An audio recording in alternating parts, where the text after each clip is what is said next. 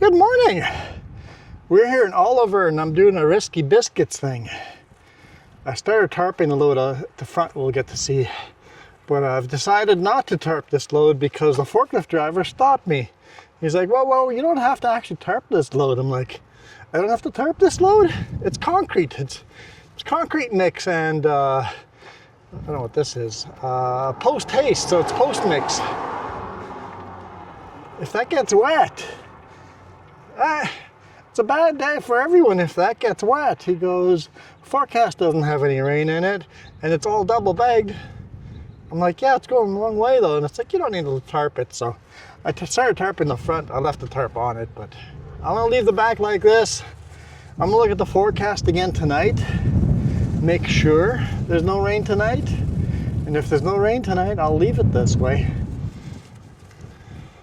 You know, nothing like running risky.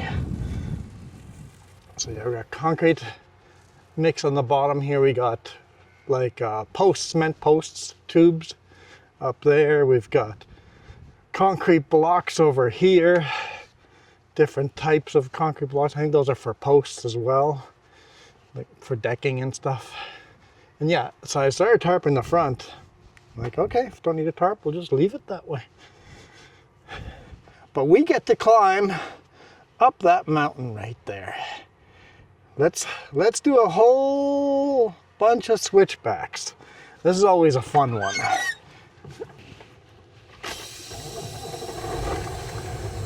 Let's go.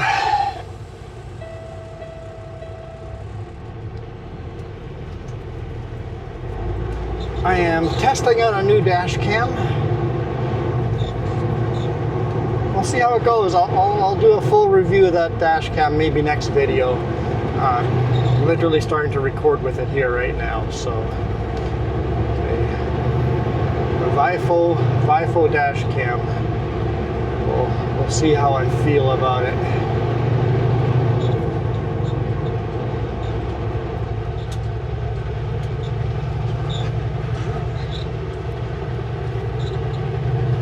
So yeah, leaving Osoyoos here. I mean, we're going to drive through Osoyoos.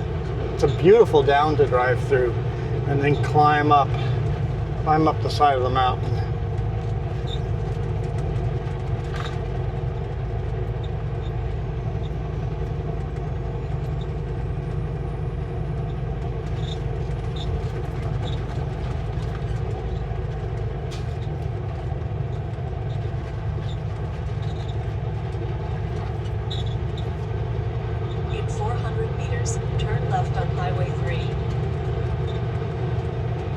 Sure, let's do that.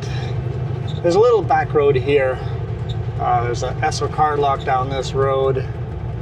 This is where my friend's family used to have a trucking company over here. Turn left on Highway 3. Unfortunately, that's gone. Company has gone bust thanks to some, well, many issues, but you know, I think one of the issues was the juice factory in Kelowna closing. It's harder to stay in business when your main breadwinner goes out of business, transporting apples and stuff. Always sad to see a good company go down.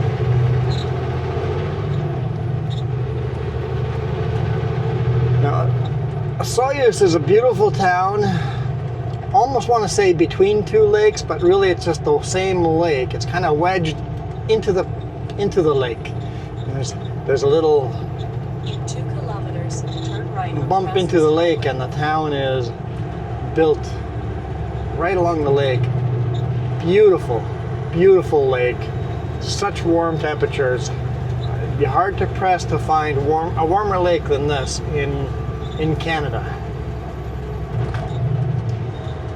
Some of you are already typing Christina Lake, but both claim to be the warmest lake in Canada.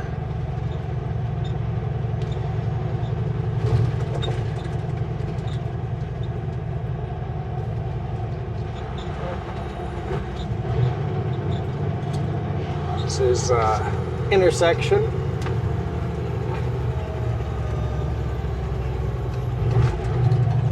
Highway 97, which runs from way up north from the Yukon all the way down to, I think, California. Highway 97 is a pretty long highway.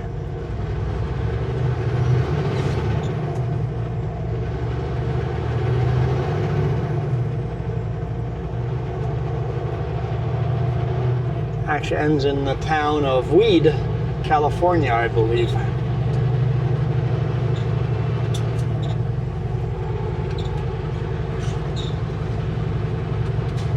Another toasty day. 30 degrees Celsius, not quite as hot as yesterday, right? Yesterday, day before, whatever it was. Not quite as hot. It's very windy though.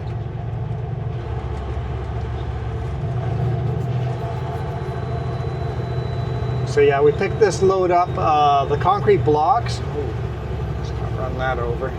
Don't know what that is. Looks plastic, but concrete blocks we picked up in Surrey. And then the concrete mix and the tubes picked up in Abbotsford. In Abbotsford, I was supposed to pick up 16 pallets. But when I went to pick up, they say, no, we got 18 pallets for you. I'm like, well, that's just not gonna work. I'm like, I couldn't take 16. I'm definitely not taking 18. Ended up taking turn right on Craftsness Highway. 12 pallets. 10 pallets of concrete mix and the 2 pallets of the tubes. Continue on the current road.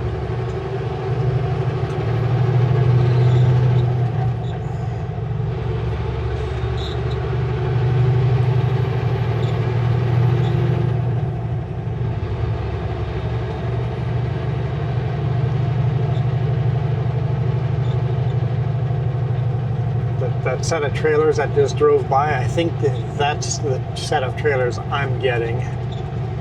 This truck and this trailer is going to go to that driver because he lives in Vernon. It's going to be much better for him to be doing all those culvert runs, because all those culverts, the contractor is from just north of Vernon by Armstrong.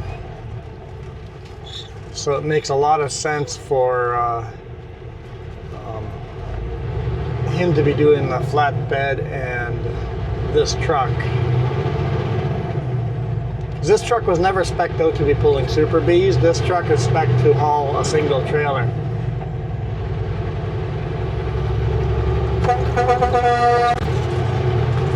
That dude's been out here for years and always waves. You see a little dude, I wave, I give him a honk every time I go by.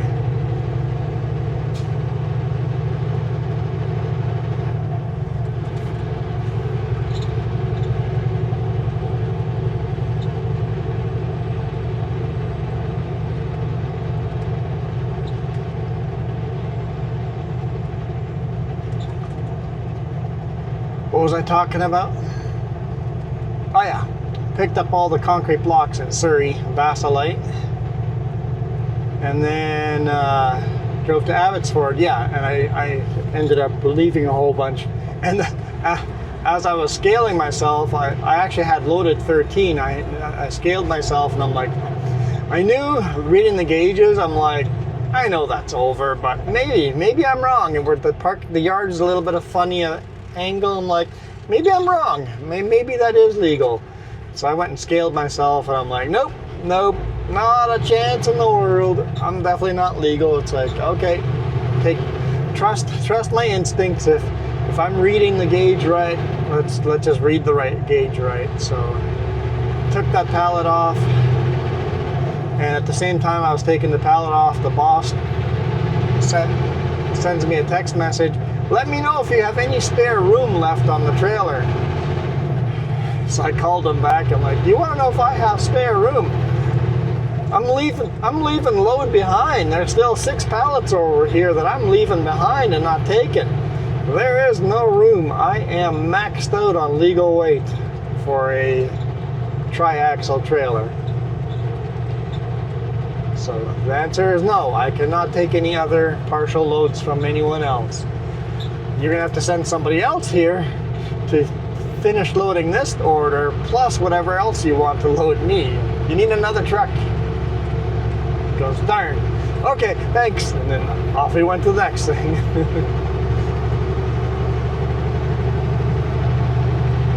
Just his timing couldn't have been better.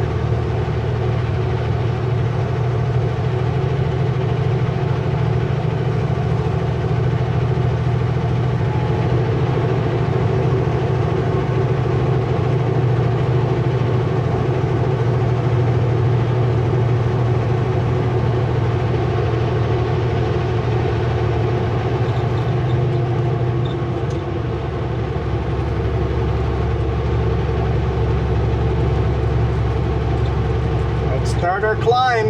With us being max weight, this is going to be a good hard pull for this truck. This truck hasn't done any good hard pulls for a while, so it's nice to get a heavy max weight load on there.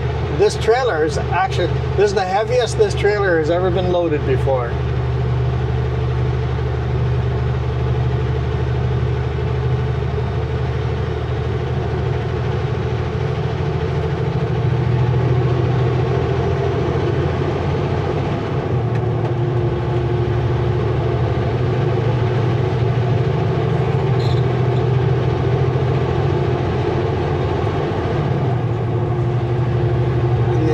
Delivering this to Home Hardware in Grand Forks. I'll get there around 7:30, 8 o'clock. I'll run out of hours by 9 o'clock. So I got an hour to spare. Deliver this tomorrow morning, 7 a.m. And then, well, we'll see what's after that.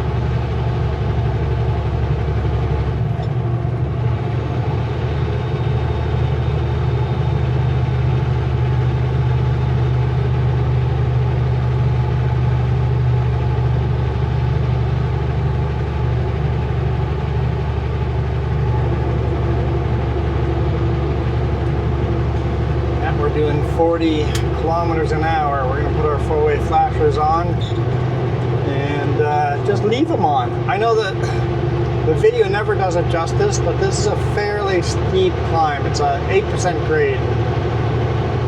It's a long, steep climb, but it's a beautiful, long, steep climb.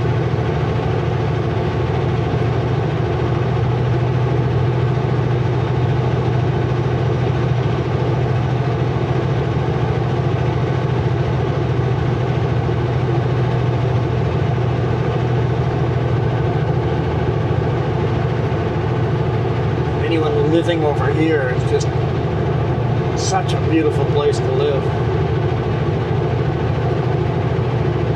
Looks like that house is getting renovated pretty nicely. Nice to see when houses get rebuilt.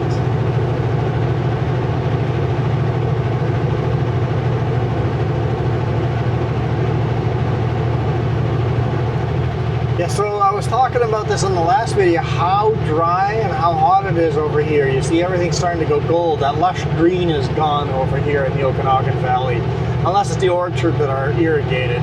And sure enough, there's a forest fire burning 2 hours north of here. So I live straight north. I live an hour north of here, Penticton, and in West Kelowna, there's a forest fire right now.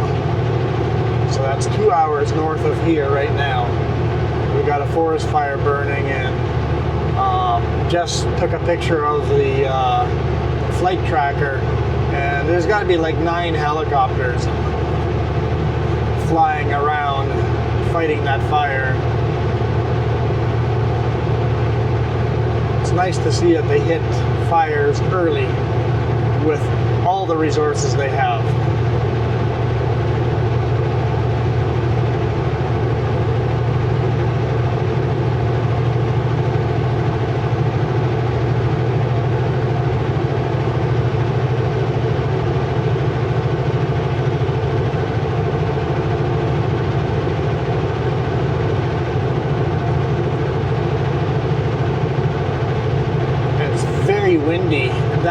be helping the firefighting. It can't be healthy at all. So hopefully they keep bombing it with the helicopter water fighters, the helicopter firefighters. Keep hitting it hard till nightfall, and then it doesn't blaze up overnight.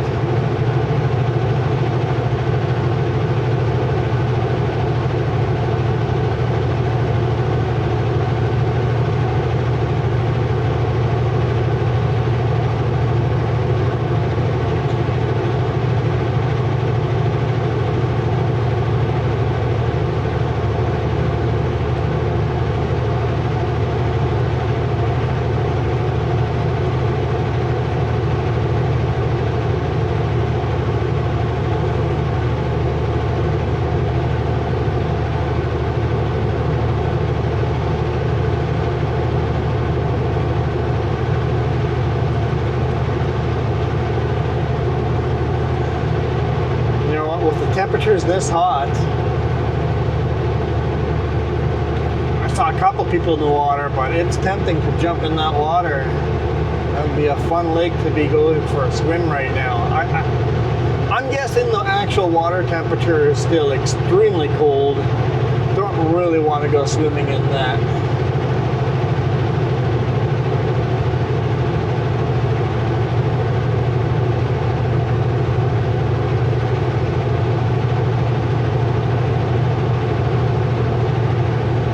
Said that, well, was it a month ago that I dunked myself into an ice river, and temperature didn't seem to bother me there, so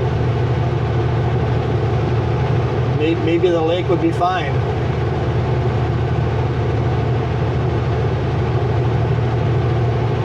Coming into all the tight switchbacks here. Next three switchbacks get tighter and tighter on each one.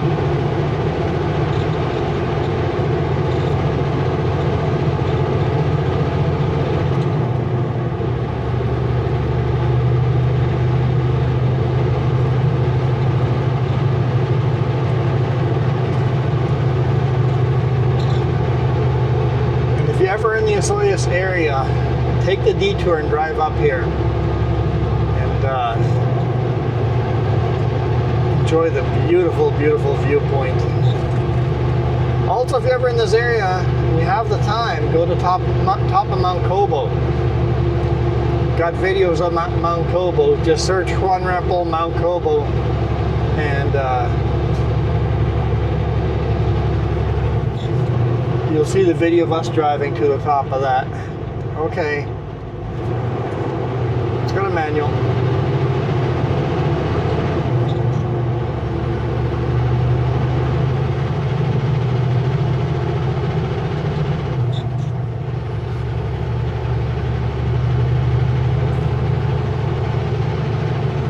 Silly transmission doesn't know what to do with this much weight. It's funny, it actually handles Super Bee better and chill. Well, that's not true. Sometimes the Super Bee, it did misshift there too.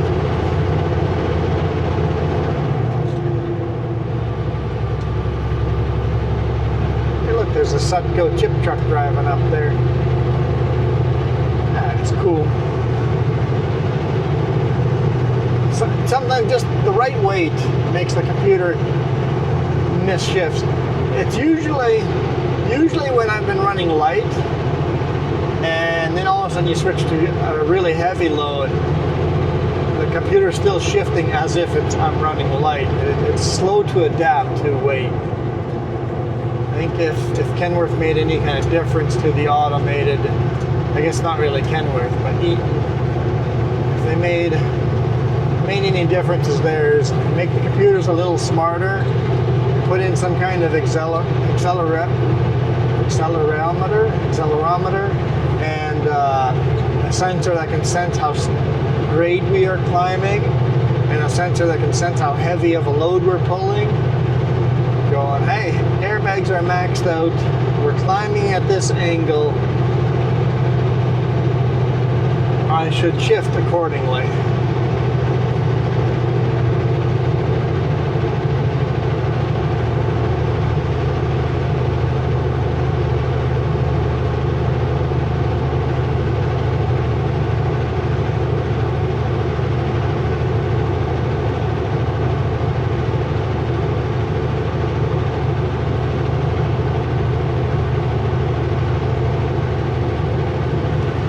talking about before the Mr. Shift? Oh yeah, Mount Kobo. Yeah, just search Mount Kobo.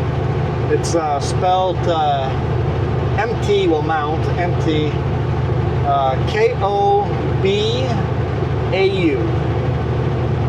I think? A-U? Yeah, A-U. K-O-B-A-U. Here's the viewpoint. Mount Kobo is an even better viewpoint. At least a higher elevation viewpoint.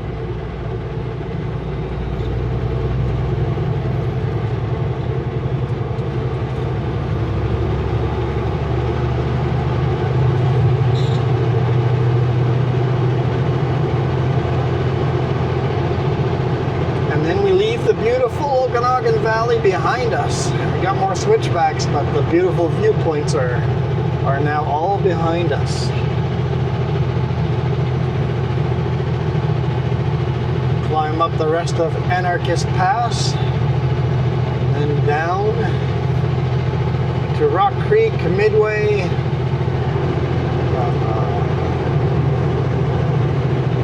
Greenwood, and then Eholt Summit, Eholt Pass, and then we'll be in Grand Forks. So we're almost there. Hour and a half, give or take.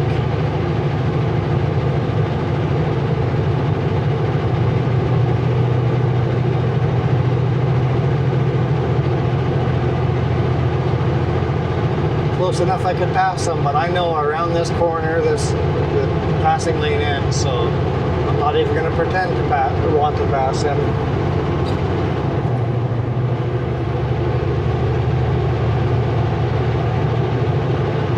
Looks like my engine light has come back on again. It's not my fault this time. I don't think.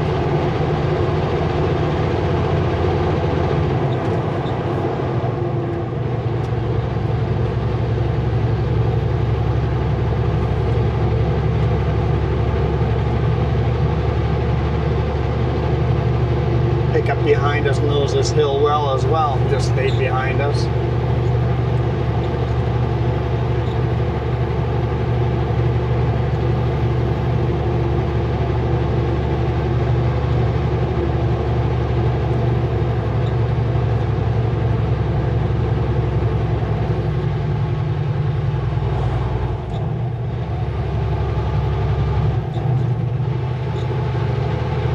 Ooh, that's new. Looks like they had a car fire here. Somebody burnt their car down. That's too bad. Noticed quite a few car fires this time of year. Chilliwack had a car fire. Coquihalla had a car fire. Karamias had a car fire. When it's this hot outside, it doesn't. The brakes don't cool off as fast, and the engines don't cool off as fast. It's much easier to overheat something.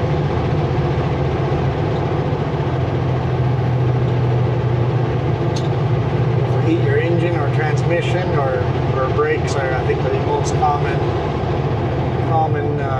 reason.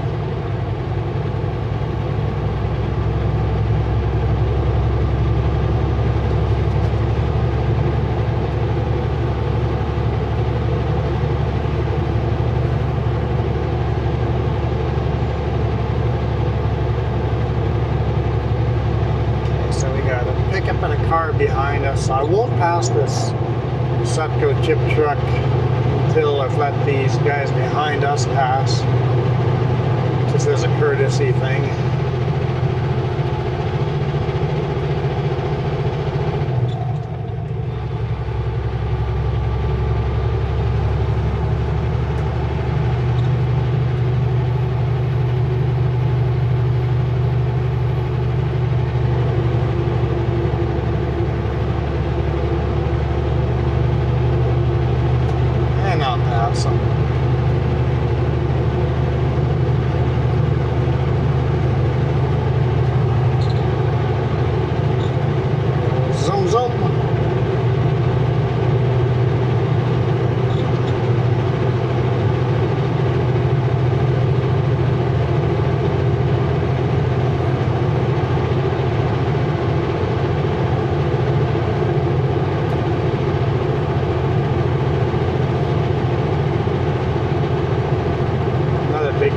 caught up with us.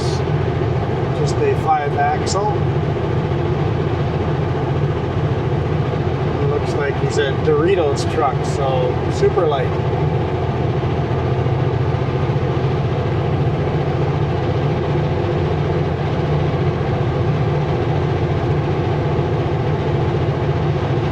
Must be frustrating driving a truck that light all the time, because you're always stuck behind traffic.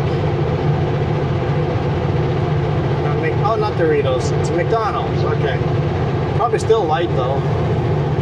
Maybe you're close to max weight when you first left the distribution center, but by the time you're halfway through all your deliveries, you're getting lighter and lighter and lighter, right?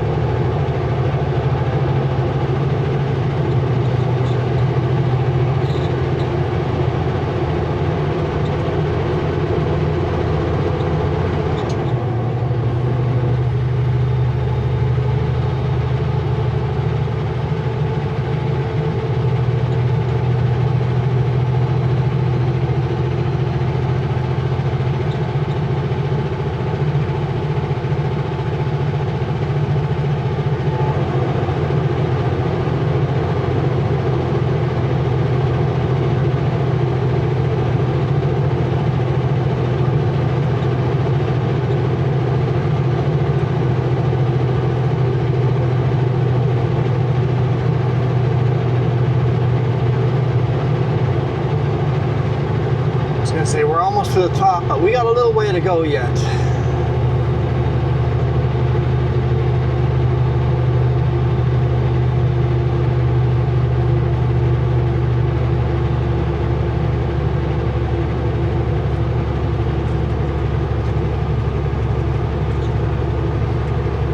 When I was talking to the boss, it sounded like he's not quite sure what kind of loads I'm getting after this.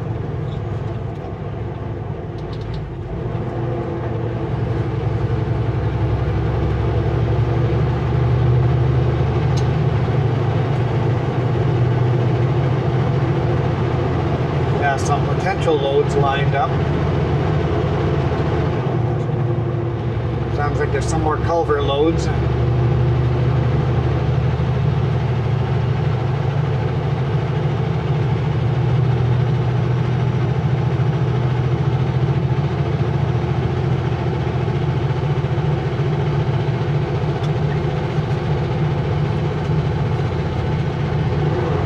I know that the Highland Valley mine, the copper mine, still has a huge amount of culverts that need to be delivered, so.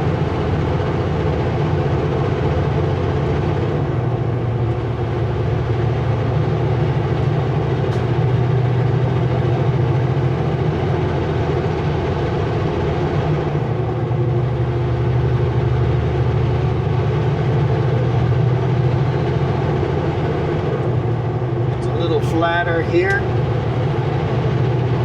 Still not done with the switchbacks, but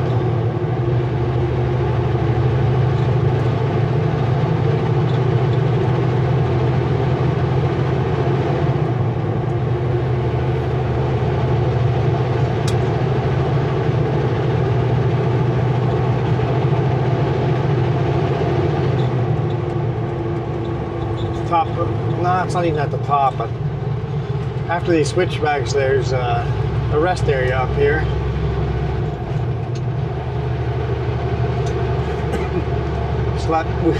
Excuse me. Slept there a couple of times.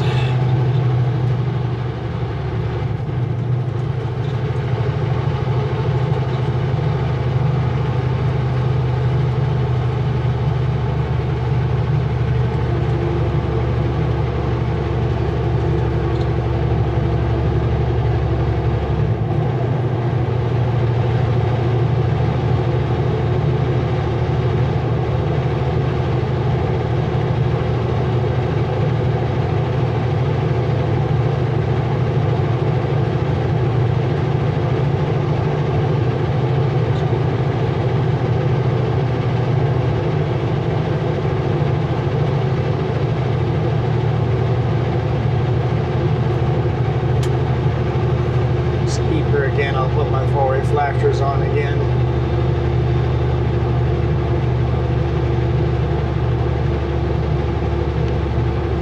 especially since there's a bunch of cars coming.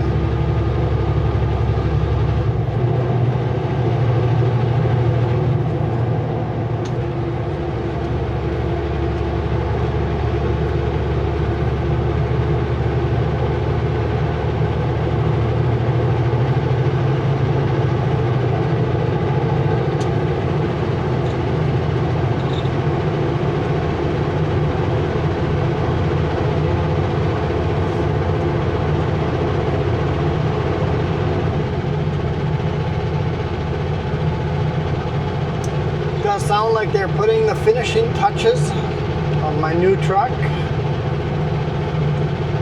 Just have to do some small stuff. And then she's ready. She's ready for me to pick up.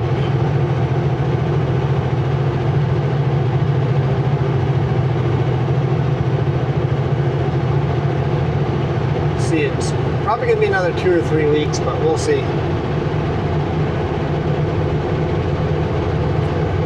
Move all my stuff over.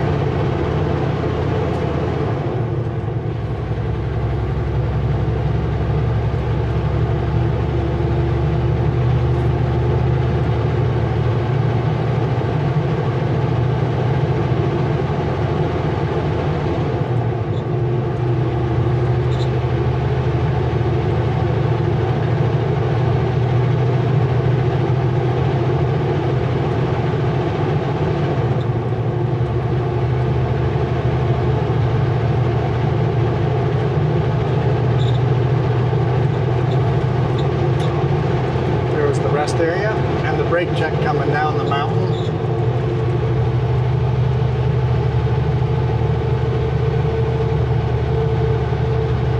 Anyone that's not from around British Columbia, if you're trucking through British Columbia, remember that it is a legal requirement to pull into a brake check, stop, and mark it in your logbook. And then best practices would be walk around the truck, make sure the load's secure, make sure none of the tires are overheating, make sure your brakes are not overheating, touch the brake hubs, not the brake hubs, but the axle hubs. And if you have automatic slack adjusters, pump the brake a couple of times, as in push all the way down, put like 85 psi into the brakes so that the auto slack adjusters adjust themselves. And take your time going down. If you're heavy, especially if you're heavy, take your time going down.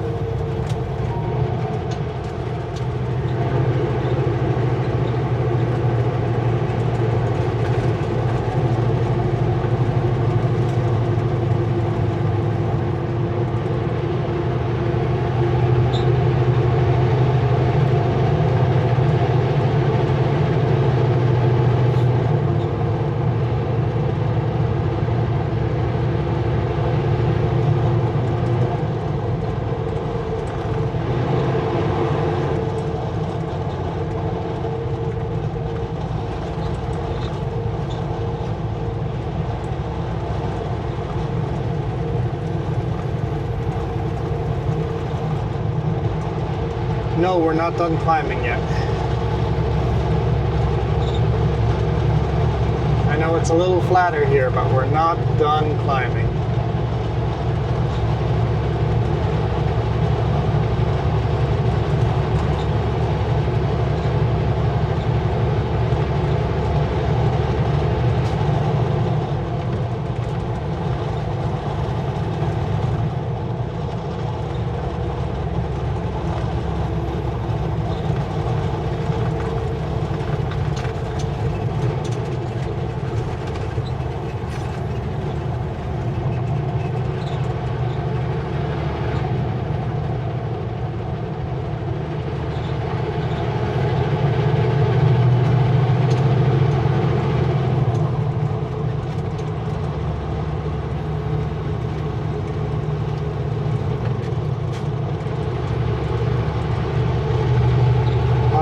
A-train.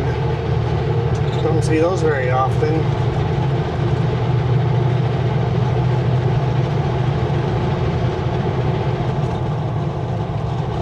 Difference between a A-train and a B-train. They're both 2-trailer setups, but a B-train has a built-in fifth wheel. So a B-train has 2 articulation points: the truck fifth wheel and the first trailer fifth wheel. So that's where the truck and trailer can turn. On an A-train, there's no built-in fifth wheel. You actually have to put a dolly in between the front and rear trailer that has a fifth wheel built on. So it hitches onto the back of the lead trailer, a little dolly with a fifth wheel, and that means now you have an extra articulation point, making them nearly impossible to back up. I mean, you guys that pull A-trains and can back those suckers up, hats off to you. Like, that takes a lot of training. A B-train I can back up. An A-train, never tried, and don't think I've never pulled an A-train, but I don't think I'd ever want to back one of those up, because you got the fifth wheel articulation point, you have the pintle hitch articulation point, kind of like a ball hitch on your pickup, except it's a pintle hitch. Acts the same way. And then you have the fifth wheel on the dolly, an extra articulation point. So super tricky to back up. They'd be super hard to back up in a straight line, even harder to back around a corner.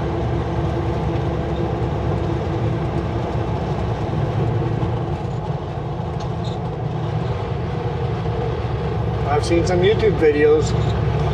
Some of you guys are good at backing up an A-train.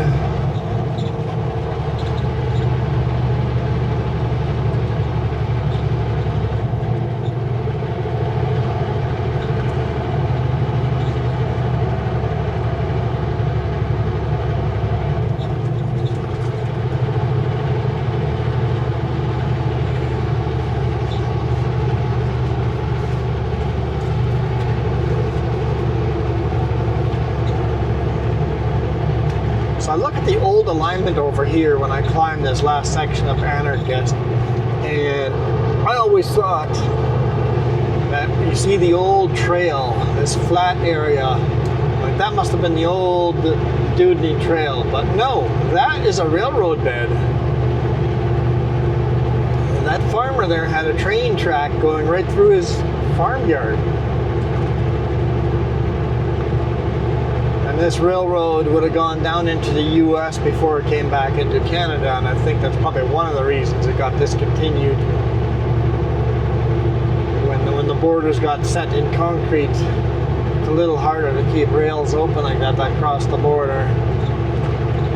And I imagine this would be a pretty steep pass too. That's probably another reason why it's such an old rail bed.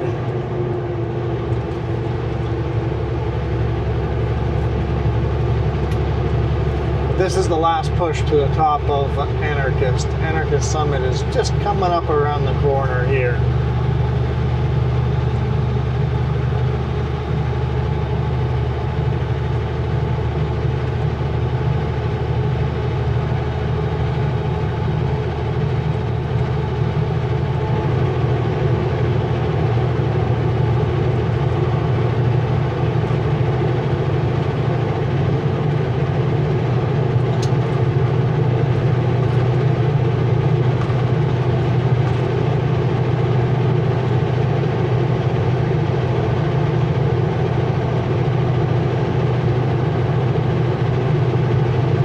Such a beautiful valley here at the top of the mountain.